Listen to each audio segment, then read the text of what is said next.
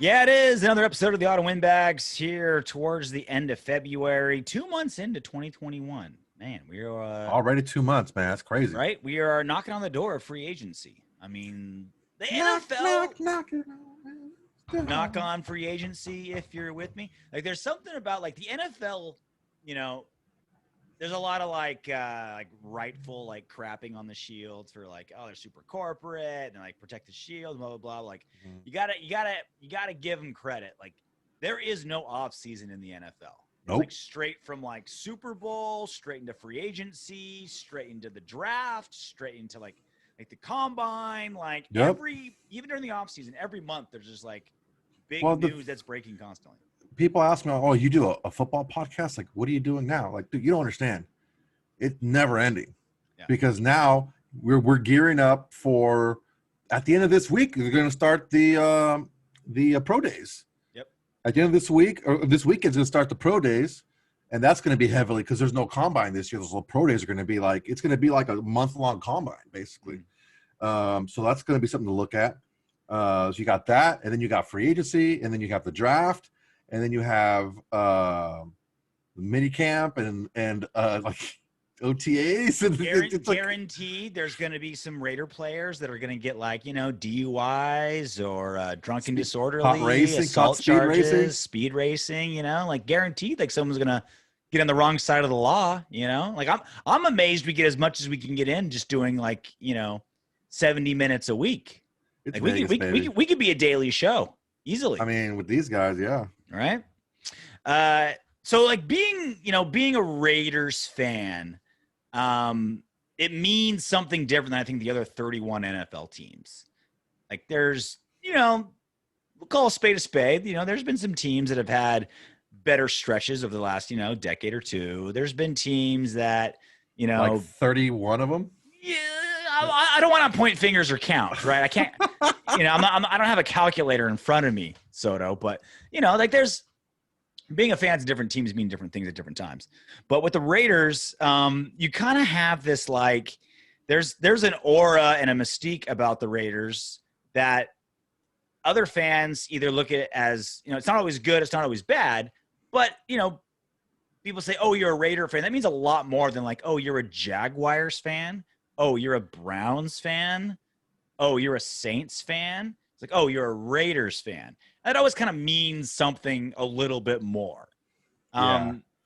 And with that comes like, so I work in broadcasting, right? I'm a Sirius XM radio host, etc. So there's like the Raiders have a big fan base and they're a franchise that people care about, whether they love them or hate them, right? Either you're a Steelers fan, you remember the rivalries back in the days, or you're from anywhere like west of the Rockies where the Raiders are huge and you know about them. Like there's it's a franchise that people listen about, people care about, and so broadcasters want to talk about the Raiders.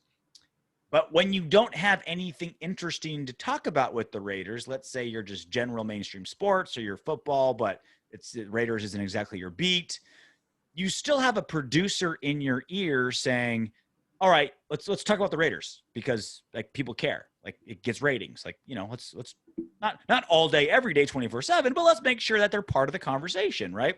Yep. And when that's part of the case, Soto, you get really crappy takes. And I know you've been following this. Mike Florio of Pro Football Talk has had this bug up his ass. Like whatever the opposite of a hard-on is, he has that for Derek Carr. He had a whiskey dick. He's had a whiskey dick for Derek Carr. He's been trying to thumb it in with Derek Carr for 3 seasons. Like as soon as like right after Derek Carr's 2016 like NFL MVP caliber season, immediately after that, Florio has, just been trying to shit on Derek Carr every single chance he has. Burying him. Yeah.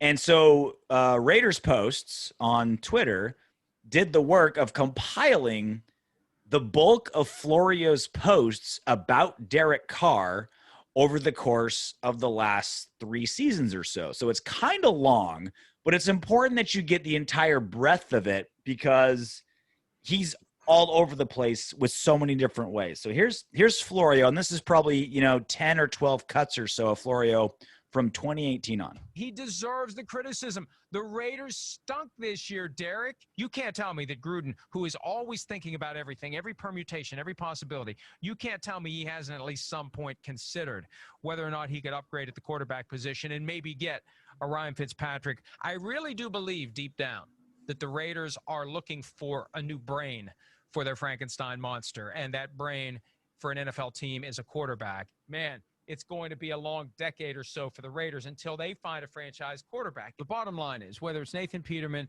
Mike Glennon, or someone else, I think the real message here deep down is that John Gruden wants not Derek Carr. A lot of great quarterbacks out there that John Gruden looks at and says, where's mine? I just think that John Gruden is going to be looking for somebody else, whether it's Jameis Winston or someone else. I think they're going to look and see what else is out there. And I think Derek Carr could very well be gone. I think John Gruden has kind of restrained his nature the past couple of years because he's concerned that Derek Carr would crumble under the full weight of what you experienced in Tampa with John Gruden. And I think he wants somebody where he can be himself, and he wants somebody that he can make into his next Rich Gannon. You know how John Gruden feels about Tom Brady, right? Yeah. And the idea that this gets him out of the Derek Carr conundrum, and we know that Derek Carr isn't good enough in John Gruden's eyes. That's a given. Now, sorry, Derek, you can block us on Twitter, but you can't block us on TV. You can change the channel. The idea that Derek Carr is going to take every snap that he wants to take with the Raiders for as long as he wants to is not only naive, it's incorrect. I've heard from a source that I trust that the Raiders are not going to trade him, but I've yet to report it at PFT because I still think even under those circumstances, you can't rule out John Gruden catching a wild hair. So that's Mike Florio over the course of the last 3 seasons coming up with some of the weirdest ideas of where Derek Carr stands. Did you say Ryan Fitzpatrick? He said Ryan Fitzpatrick. He said Mike Glennon. He said Nathan Peterman. He said Jameis Winston. This is what's bonkers to me. Okay. He just pulled names out of his ass. Well, look, he's like he's comparing dudes that are all like, career journeymen or guys that have lost their starting spot. Like he's comparing Derek Carr was a legit top 10 quarterback last season, legit NFL MVP caliber guy in 2016. And Mike Florio was like, oh yeah, well, he's going to Nathan Peterman is going to replace Derek Carr. It's like, what? Yeah. It's one thing if he's like, hey, I'm hearing reports that, Deshaun Watson might be a target of the Raiders. Like, oh, okay. All right, whatever. Okay. Why wouldn't he be? Who wouldn't, Deshaun Watson should be a target for just about every single team in the NFL. But it's like, yeah, he's so bad that Nathan fucking Peterman is going to take over for him. Yeah, come on, man. Look, I get it. You want to get your opinion out there, but have some facts behind it. Have something to base it off of. Mm-hmm. He's like, Gruden doesn't like him. He's not Gruden's guy. We all know that. Well, no, we don't all know that. Just because you're saying it doesn't automatically make it so. That's what bothers me about the whole thing. It's like he's trying to speak his opinions as fact, and it's like, come on, guy. I get what you're trying to do here, but don't invent shit. This is just an invention of his mind. And the only thing that he said that was correct was that John Gruden might get a fucking hair up his ass, and who knows what the fuck he's gonna do, which is true. We all know that. We don't know what the fuck he's gonna do to get the hair up his ass. That's the same with every single head coach in football. Like, I'm not picking out John Gruden for this. I'm saying that's the only thing he said that was right about this whole thing, I think. So like I was saying before I started playing the audio, like, again, when you work in radio, you're like, all right, there's certain topics you want to hit on because people care about them. People are engaged. When you're flipping through channels and you hear Raiders talk, there's a very large segment of the population like, oh, I wonder what Florio's talking about with the Raiders. And so when you do that, you're like, okay, if I'm Mike Florio, I need to come up with like an interesting take. I got to come up with something that grabs people's attention. And if I don't know what's going on there, I'm going to do the standard issue move, which is this team has been in the playoffs once since 2002. Something's a problem. They're not going to the playoffs. Change quarterbacks. That's like the most standard issue, lazy take that you can give any professional football team. You're not doing as good as you should. Therefore, the quarterback's the problem. Get a new quarterback. And that's all Florio's doing. He's like, all right, I need some sort of hot take here. I need some sort of analysis about this team that's going to get people talking. Let me just blame Derek Carr and say he's got to be gone because the Raiders haven't been to the playoffs since 2016. Yeah, I wouldn't even call it analysis. Where's the analysis there? It's just him spitting out shit. Ryan Fitzpatrick, Mike Glennon, Nathan Peterman, Jameis Winston. Those are the dudes that he brought up that he thinks John Gruden wants to replace Derek Carr with. If he says, you know what, he's not improving in the red zone. Here's the thing. This is a big problem for the Raiders, with their defensive issues. They have to score touchdowns, not field goals, or he's this, or he's that, or he's this, or he whatever. Say it, give it a reason. That's analysis. What he's doing is just talking shit and just pulling shit out of his ass. And that's just, and like you said, it's just fucking lazy. If you don't like the dude for whatever reason, he fucked your wife or whatever, okay, fine. But don't find something of some basis to go off of. And that's, I mean, it's just ridiculous. Yeah, it's just lazy radio. Like, as a guy that's been doing radio for 12 years, like, trust me, I've half-assed a lot of segments in my day, Soto. I know this may come as a shock to you. I can see the shockness in your face. Thank God you're sitting down, because you might have just passed out from my words and be like, RJ, there is no way, JR. You not giving 100% into every single thing you ever do every second of the time. Yes. Thank God you're sitting down so you didn't pass out from shock.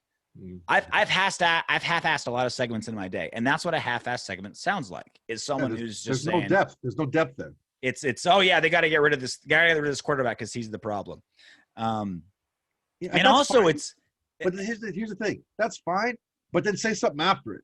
Don't just say shit like, "Oh yeah, he's not Gruden's guy. We all know that." Like, no, dude, that's just.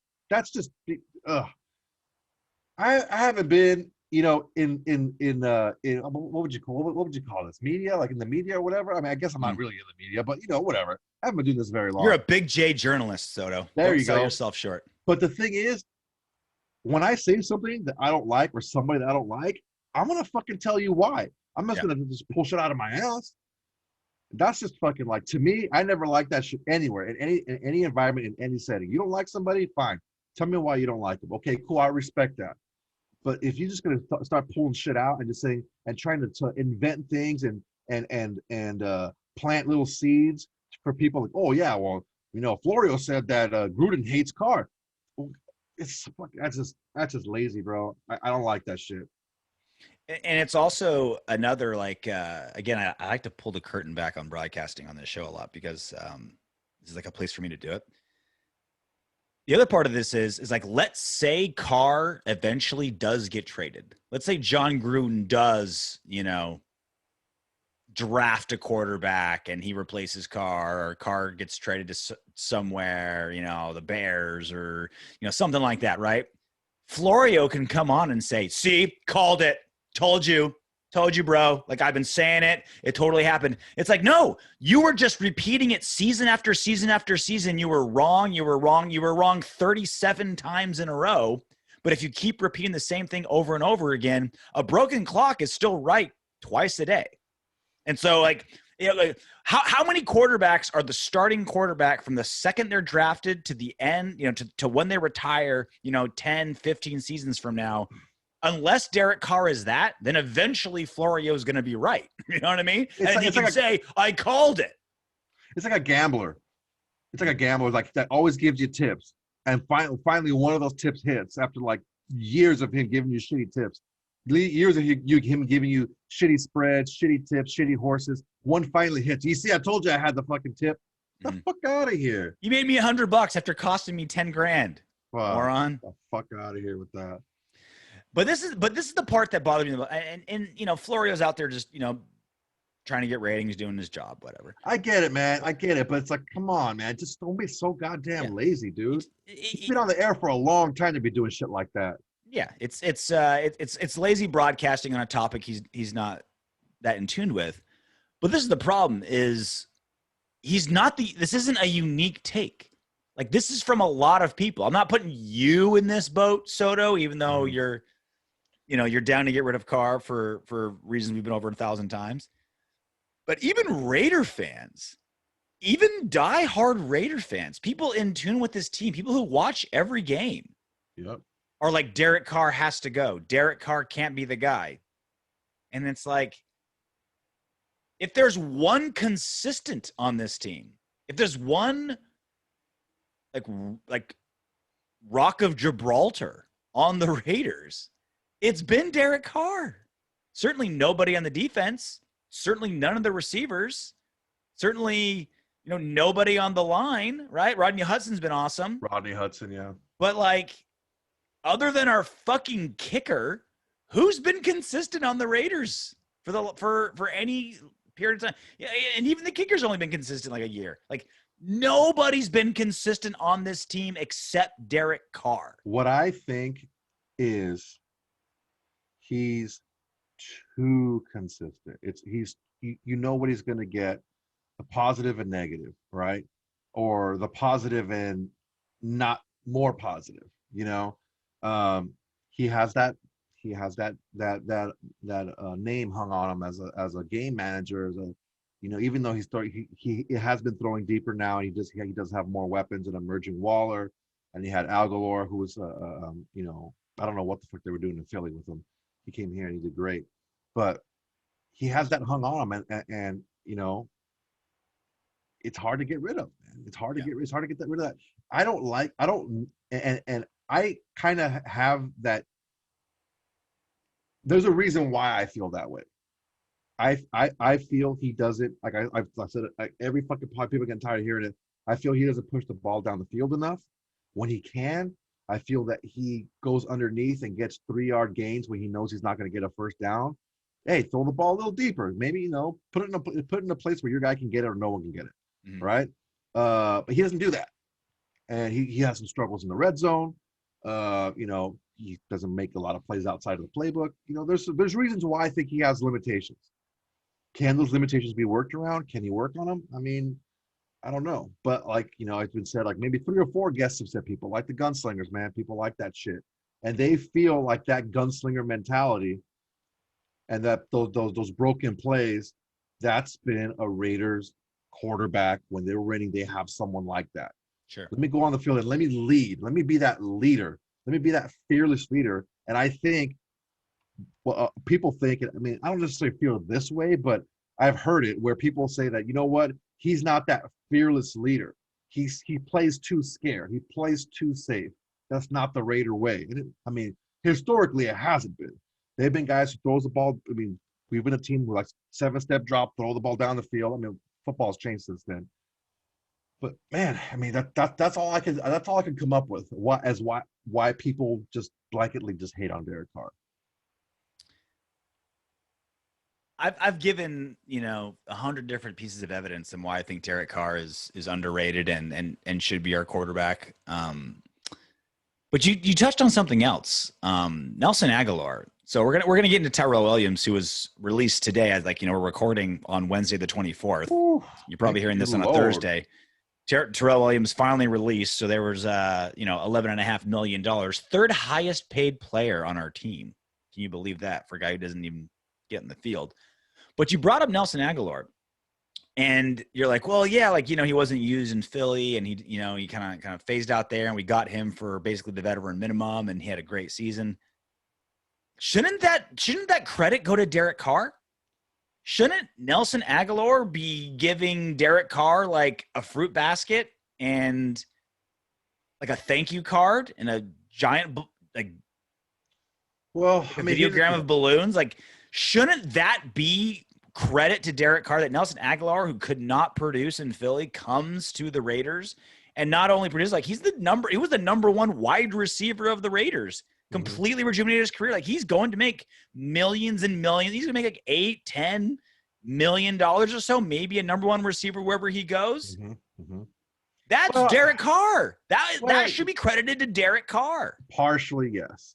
There's a few. Not 100%, but a pretty big amount. Players. Ruggs running straight up and down, taking that safety off, and to double him deep. That's a lot to do with it, because he got a lot of one-on-one coverage, man, a lot. And then you have Waller over the middle, and they would put Waller on Aguilar's side a lot.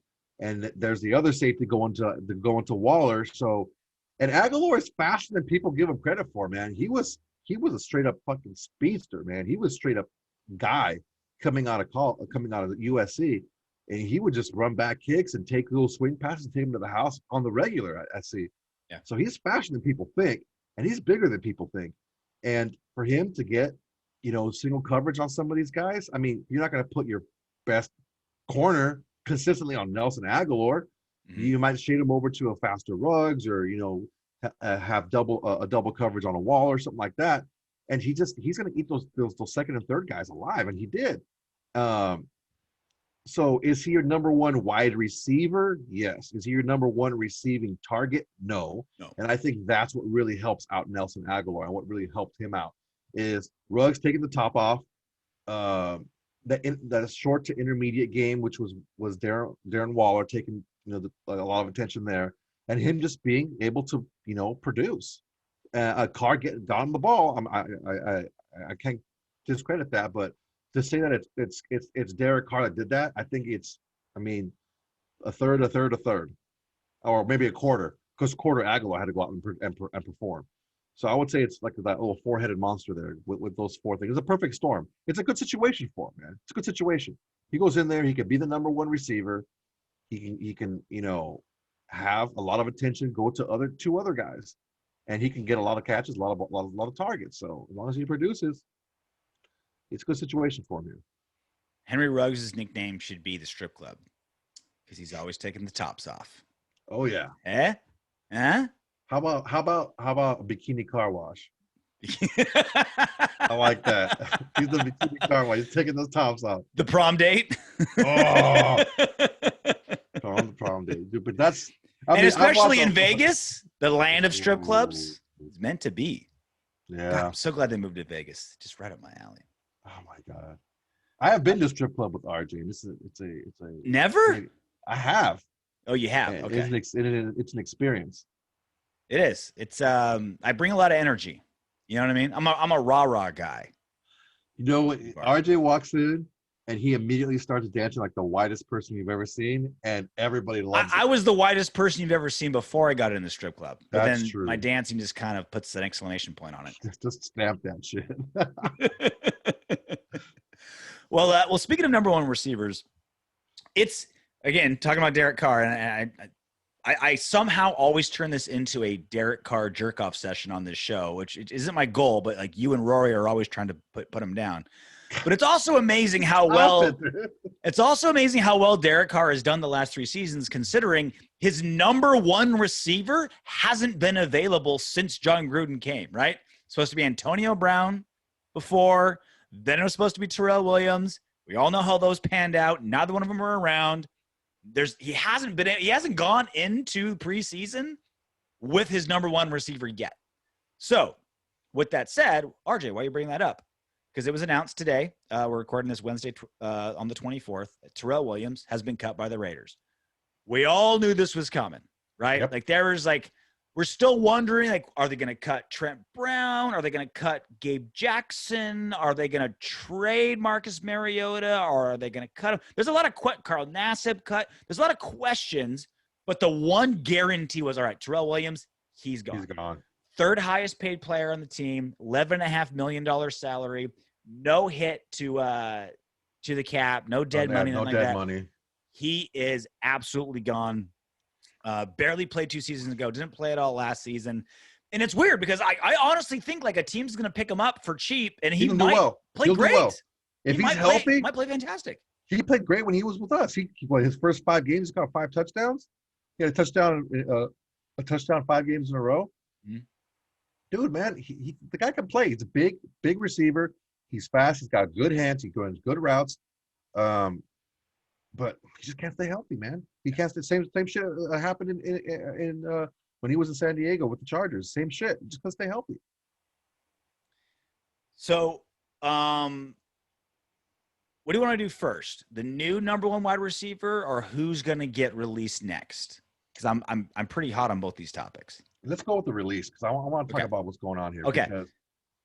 I like that, because so Terrell Williams, $11.5 million, third highest paid player on this team, gone, right?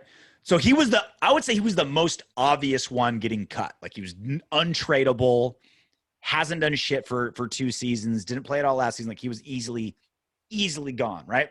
The next player to go is tough because Marcus Mariota, I think definitely will not be on the team next season. We're not paying him $11.2 million to be a backup next season.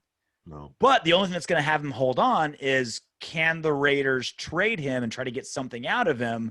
Or is he going to just get cut and we'll just cut ties and move on? Yeah. I think the next one is either going to be Joyner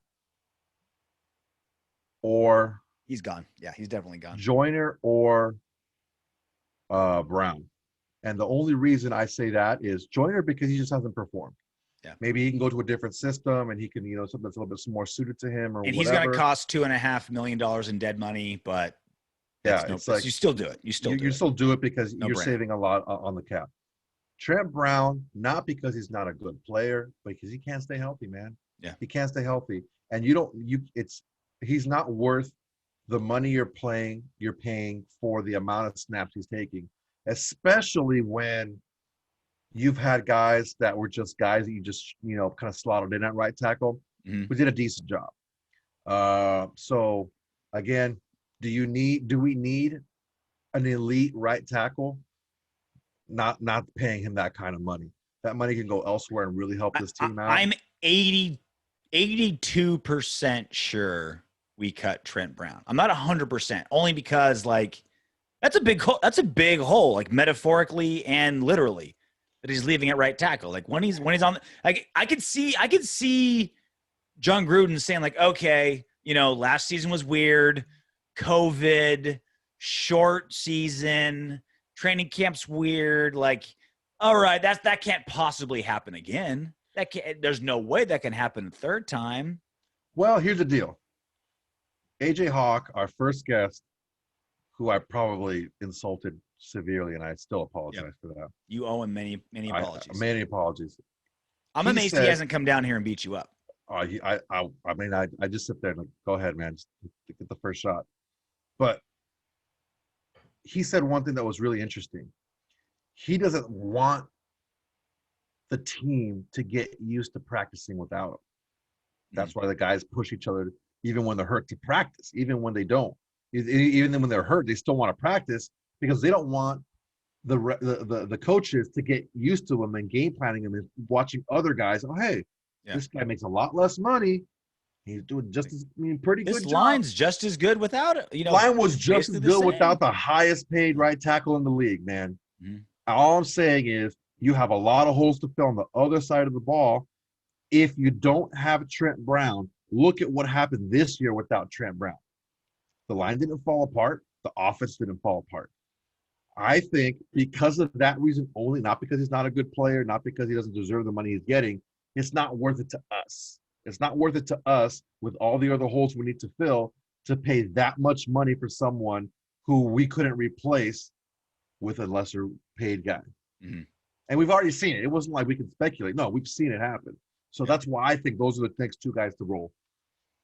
Yeah. Again, I'm 82% sure Trent Brown's going to be cut pretty close to next. You're right. LaMarcus Joyner. Well, look, either Marcus Mariota's the most for sure gone next season. It's just only a matter of can they get some trade value out of him or not.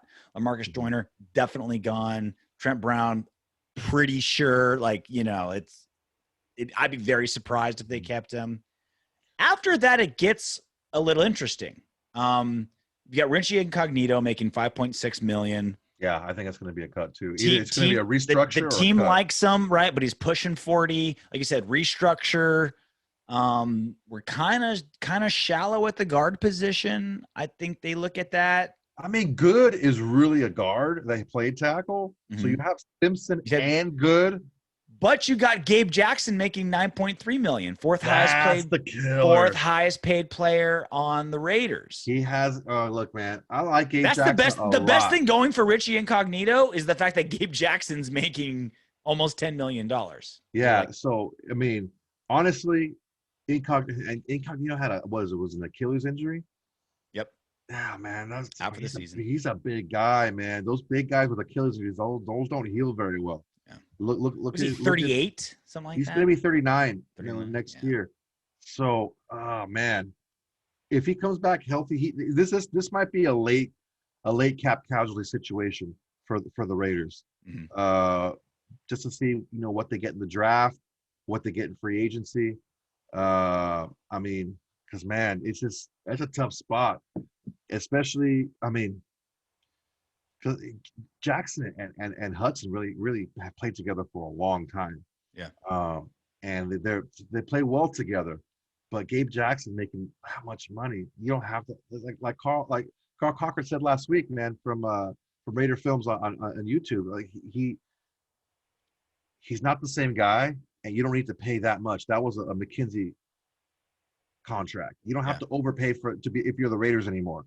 You don't have those shitty facilities. You don't have that shitty stadium. You have brand new facilities, a brand new stadium, brand new city, a lot of buzz, a lot of fire. You have people are looking at the Raiders a different way now. Your toilets don't do back think, up and implode, shooting Jesus. crap out into the restroom like they did at the Coliseum. Onto the field. Look, I really do think that the overall view, like you were talking about earlier about why people love the Raiders so much, I think that the people that got Al Davis, it's because of Al Davis. It's because he's kind of that fuck you owner, He was that fuck you owner. Kinda. there are many court documents that solidify. I didn't mean that. The personification. I mean, it was because of him, because he was that kind of owner.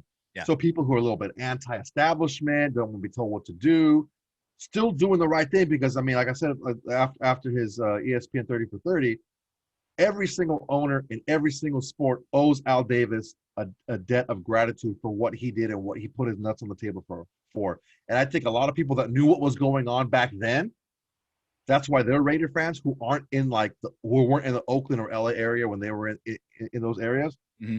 But a lot of the younger kids at the time too, not just because of like the NWA and even the Detroit Pistons the Bad Boys started wearing a lot of Raider gear.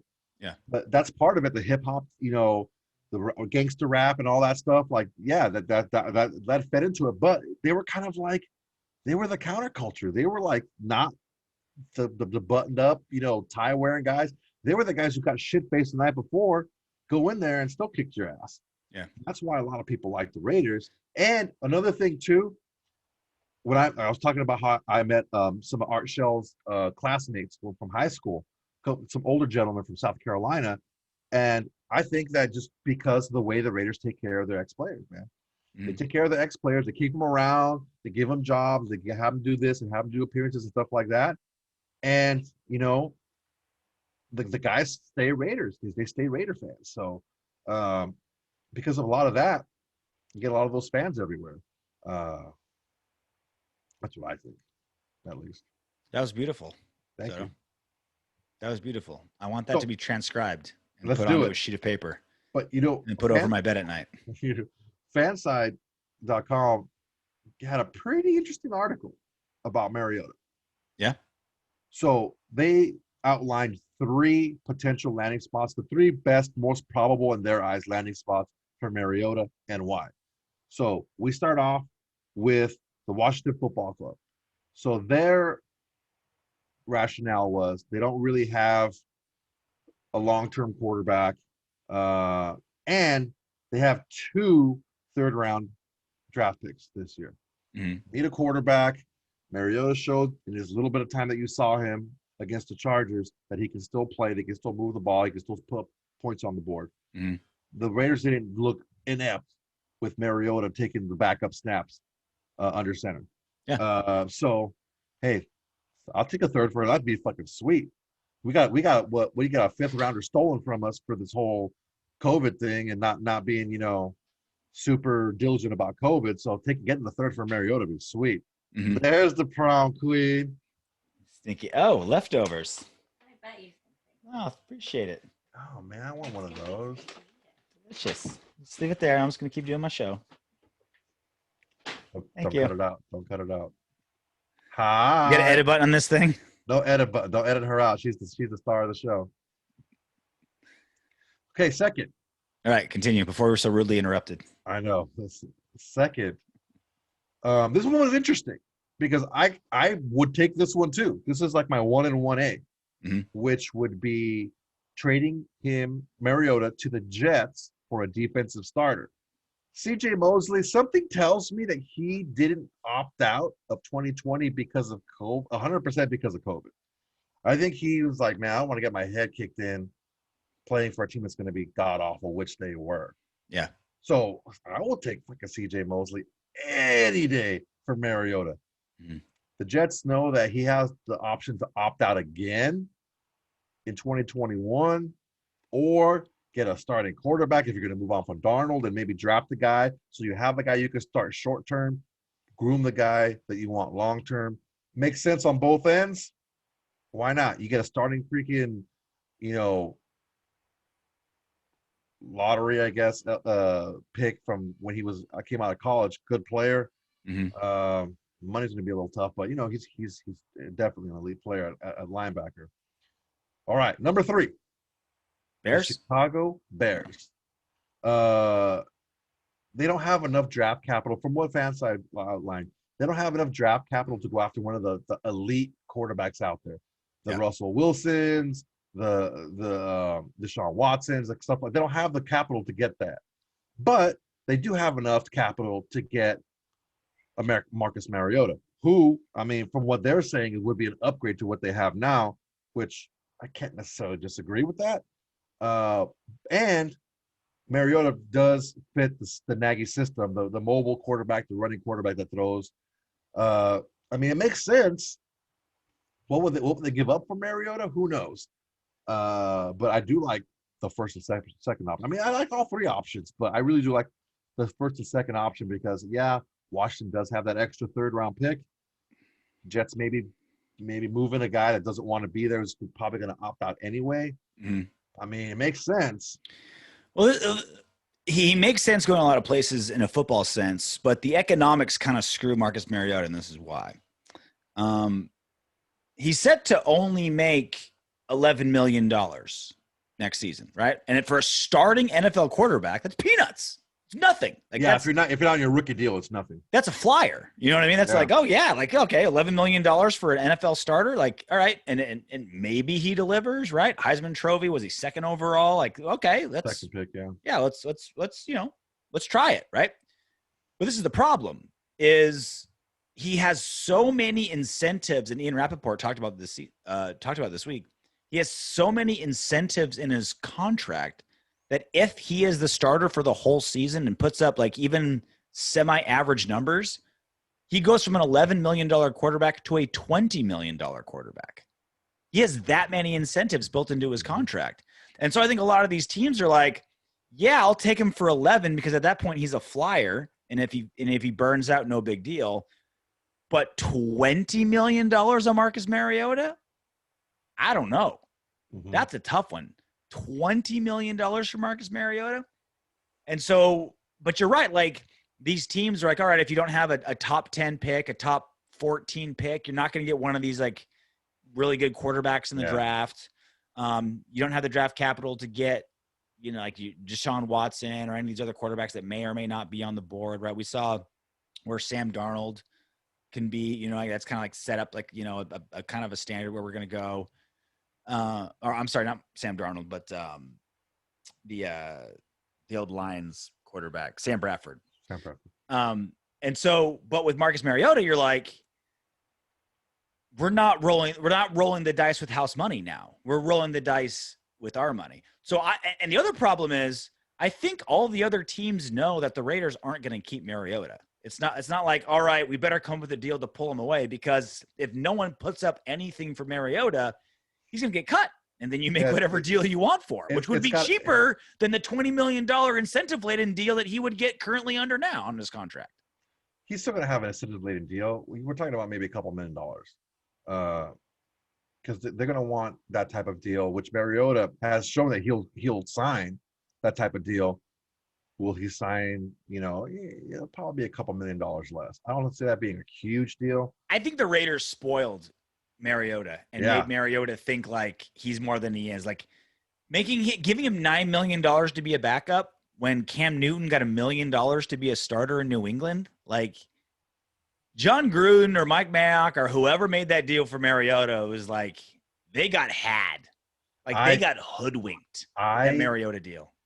Can almost without being in the office. It was Gruden. It was Gruden. That was a Gruden call. That's not a Mayock deal there. And if I'm wrong, have either Gruden or Mayock hit me up on the hip and tell me I'm wrong. May God smite you with lightning. Don't no. He might do it anyway. I've done a lot of bad shit. Isn't that the kind of standard operating procedure for Gruden at this point with quarterbacks? Like, think of the quarterbacks he's brought in this last round with the Raiders. Nathan Peterman, the biggest joke of a quarterback the last few seasons. He made Marcus Mariota the highest paid backup ever and gave him a deal that even desperate good teams, like teams with great defenses like the Bears and the Washington football team are like, no, we can't take this backup quarterback off your hands because the contract you gave him is too expensive. John Gruden traded a draft pick for A.J. McCarron. That's who John Gruden has put under center on there. Thank God Derek Carr was under contract because God knows who John Gruden would have pulled up off the scrap heap to go, to take snaps from Rodney Hudson. Somebody needs to tell John Gruden that he's not playing quarterback. That someone else has to go out there and it's not him doing it. Because I think that he feels like, oh yeah, his quarterback is an extension of me. I can get him to play how I want him to get. Get the fuck out of here with that. I'm getting really tired of his freaking shtick, man. So we need to see some improvement in there as far as his decision making goes. Let's talk about some decision making, okay? Okay. I'm going to outline the last 2 years free agents, and you let me know what you think, okay? Will do. We'll start with 2019. All 4 of these motherfuckers may be gone. Trent Brown, Tyrell Williams, who's gone. LaMarcus Joyner, who's pretty much gone. Basically and Richie Incognito. Those are the big ones. Good pick, yeah. Okay? So those 4 guys probably are going to be gone. Maybe. I would say 75% chance that they're all gone. Let's give those 4 guys. Let's. We have the benefit of hindsight with those 4 guys, right? I thought they all kind of go, but let's put ourselves back 2 seasons ago. Richie Incognito was like a flyer. It was just flyer. Like, all right, yeah, it was nothing. If it doesn't work out, it costs us nothing. Yo, man, I'll tell you something right now. He's making good money for a flyer. Yeah. No, he panned out better than we thought. So like that was kind of like a low risk move. So I don't feel like that was a terrible move, at all. Terrell Williams, you took that gamble, right? Like you hope that all his injuries that he had with the Chargers were fluky and that he could be an asset and not get hurt with the Raiders. So it's like, it's a calculated risk with Tyrell Williams. And when he was on the field, he did produce. He just wasn't on the field as much as we'd like. Yeah. Trent Brown, I thought was stupid. That was terrible. He had one good season with the Pats, and you made him the highest paid right tackle in football off of one good season. He's a good player. I'm not saying he's not a good player. He's a very, very good legit starting right tackle in this league. And he's huge, but he doesn't stay healthy. And you gave him way too much fucking money. Like, was there really that much of a bidding war for his services that you had to pay that much more than everyone else? I don't know, man. That's just fucking crazy. Gruden got duped. He sure did. I'm telling you, I mean, Carr gave him a pass like, oh, yeah, what quarterback, what coach doesn't have a hard on for players? Yeah, I get it, but you don't have to, like, pay him so much more than the next right tackle in the league. Like, goddamn, man. And LaMarcus Joyner, just God bless the guy. We tear him to shreds in this freaking podcast, but he just did not pan out the way we wanted him to. Yeah. So that's 2019. And so all those picks, other than Brown, I would say were at worst okay signings. Right? Like, yeah, I guess. In hindsight, they all look terrible, but like, even LaMarcus Joyner at the time, I was like, oh, we desperately need a DB, a quality DB, and we got one, right? Like, okay. Those 4 aren't as bad as the next ones you're going to bring up. Yeah, this is pretty bad, people. But, get your popcorn ready. Here we go.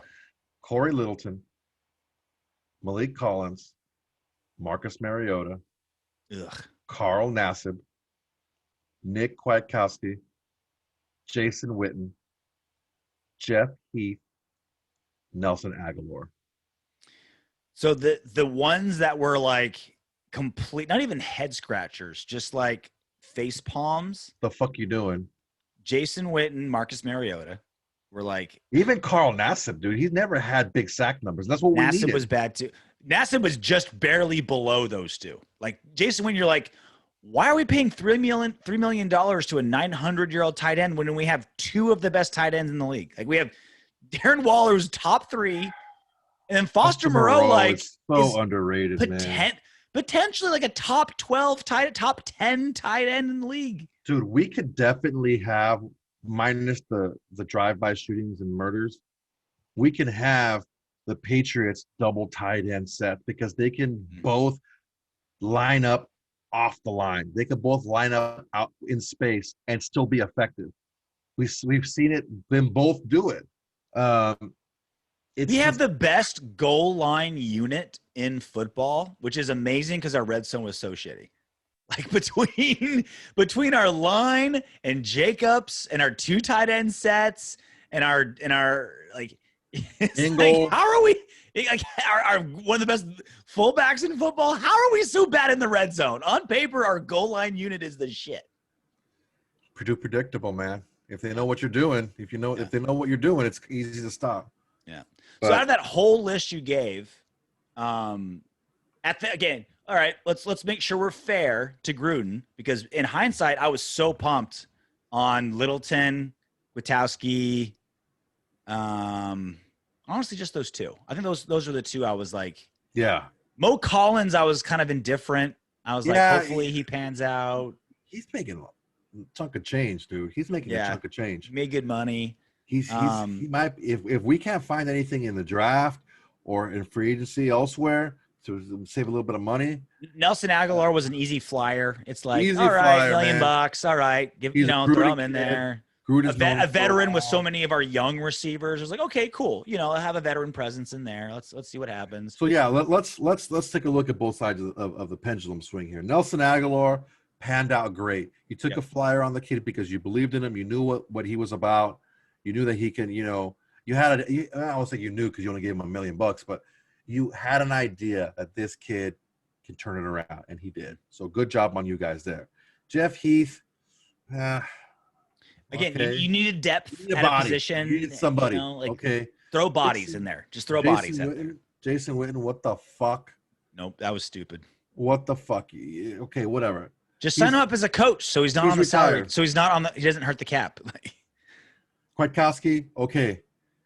I was excited about. Yeah, I was excited about him. I was excited about let's do him and Littleton both a wait and see for next year. Let's see what happens with Gus Bradley because let's hope it was just the Paul Gunther poison that hurt them and that Gus Bradley can cleanse their sins and baptize them. Mo Collins, indifferent. I was like, that's a lot. I can't think of a play that pops out to me that he made that he's done. And Marcus Mariota, we talked about it. Like, waste of money. Fuck? Wasted. Carl Nassib, what the fuck? Look, man. If you had on the other side a twitchy, quick pass rusher, Carl Nassib would be good for you. Early downs, on the opposite side, maybe not getting double teamed, getting single team. Maybe these people put a tight end on him or whatever.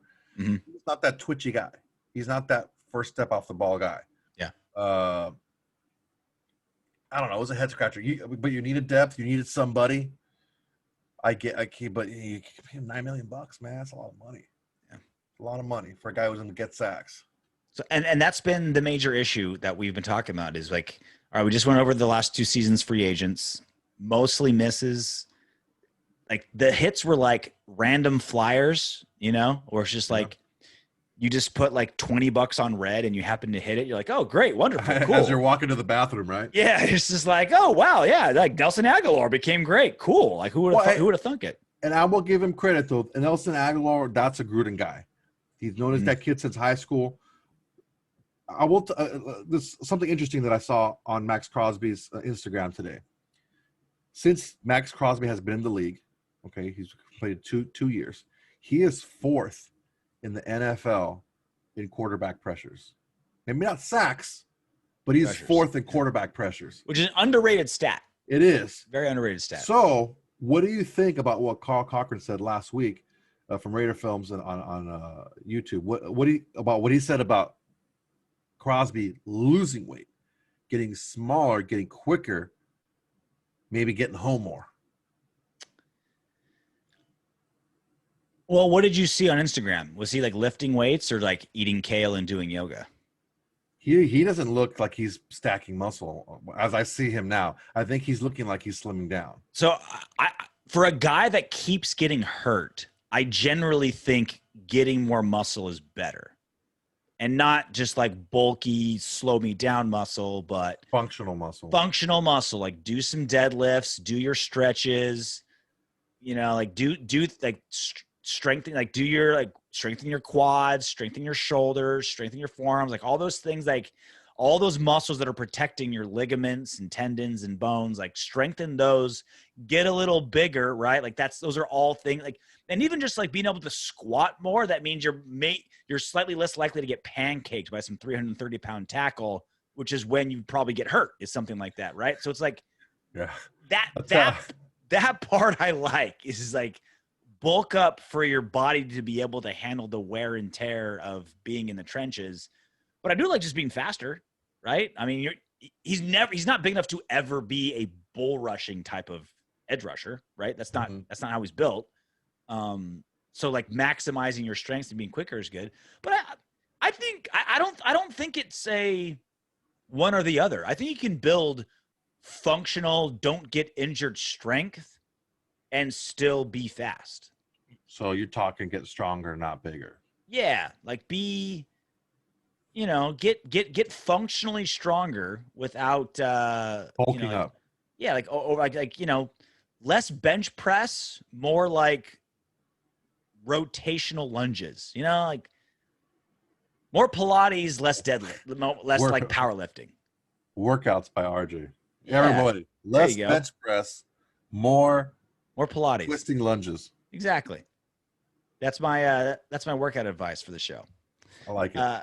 Before we get out of here, Raider legend Rich Gannon in the news. He was a broadcaster for CBS doing play-by-play for like over a decade now. Yeah, a lot of years. Long time. Long career as a broadcaster. He was a colleague of mine at SiriusXM. He had a regular show on the NFL channel on SiriusXM for a very long time. He hasn't for the last couple of years. But the radio show he was done with a couple of years ago, and it was leaked this week that he is out at CBS. So as of this moment, Rich Gannon, he doesn't have a major broadcasting platform. No CBS, no SiriusXM. We see him on like Raiders.com, and he'll do a bunch of random stuff every now and then. Yeah, interviews here there. But yeah, like NFL MVP, took us to the Super Bowl. One of the great quarterbacks in Raider history. Let's get him. Let's make him a Windbag. Right? Here we go. Let's sign him.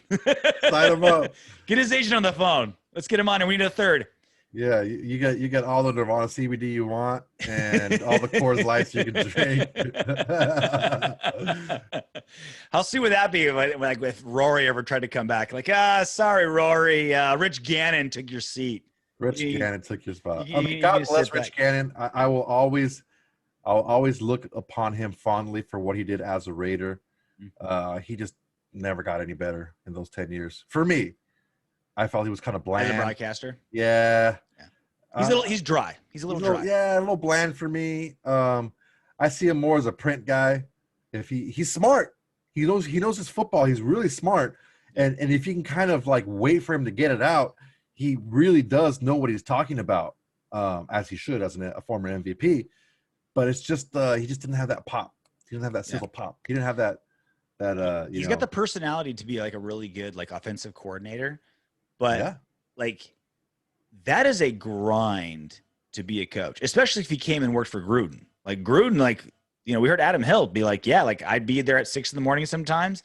His car. John Gruden's car was there. I'd have to like I'd there at 9 o'clock at night. John Gruden's car is there, right? Like broadcasting, like the money you make in broadcasting is insane, is nuts for the amount of work that you do. Like why do you think I'm doing this? I'm trying to get my foot in the door. Exactly. Like you're just paving your way to the mansion.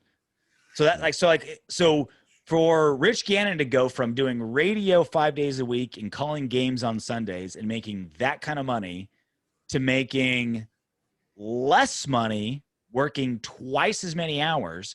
And like you're generally beloved as like a radio host / color guy. If you go and become offensive coordinator for the Raiders and the Raiders go 5-11 next, or it'll be 5-12 next season, if it's a 17-game season, you're going to get some vitriol. You're going to get hate mail. You're going to have people just like, you're working harder hours for less money and nobody likes you. Mm-hmm. Like, I have to. I'm gonna have to really want to do it. Yeah, like you have to have a passion for it. I'm gonna assume Rich Gannon was probably pretty good with his money, where he like doesn't have to work. You know, I mean, I don't think he coaches.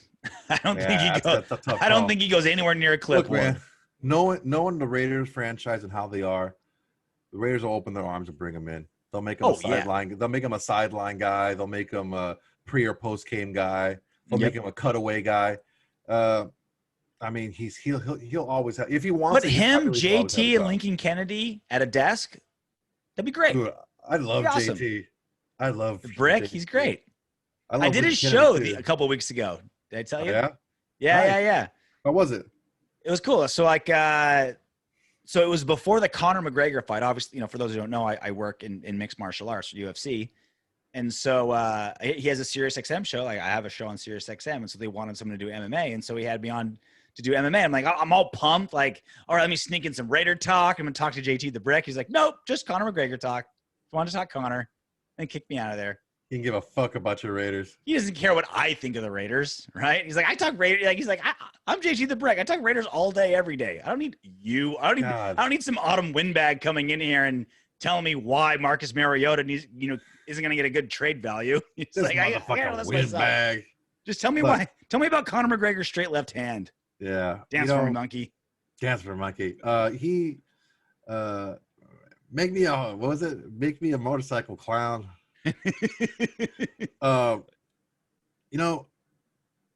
He's one of the guys in the media that I look up to because he came in, had a 9-to-5 career, quit it.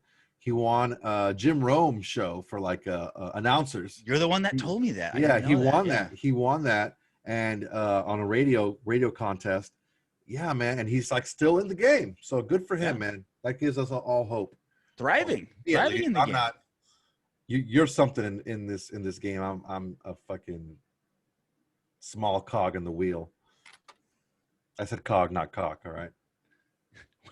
We already knew that. Oh. You're one half of the autumn windbags, dog. I am. You're living the dream. Living the dream. I went from a third to half. Well, that's it for this week of the Autumn Windbags. February is going to be done. We're going to be the next show will be in March. Time is flying by. Well, until March rolls around, knock on wood if you're with me.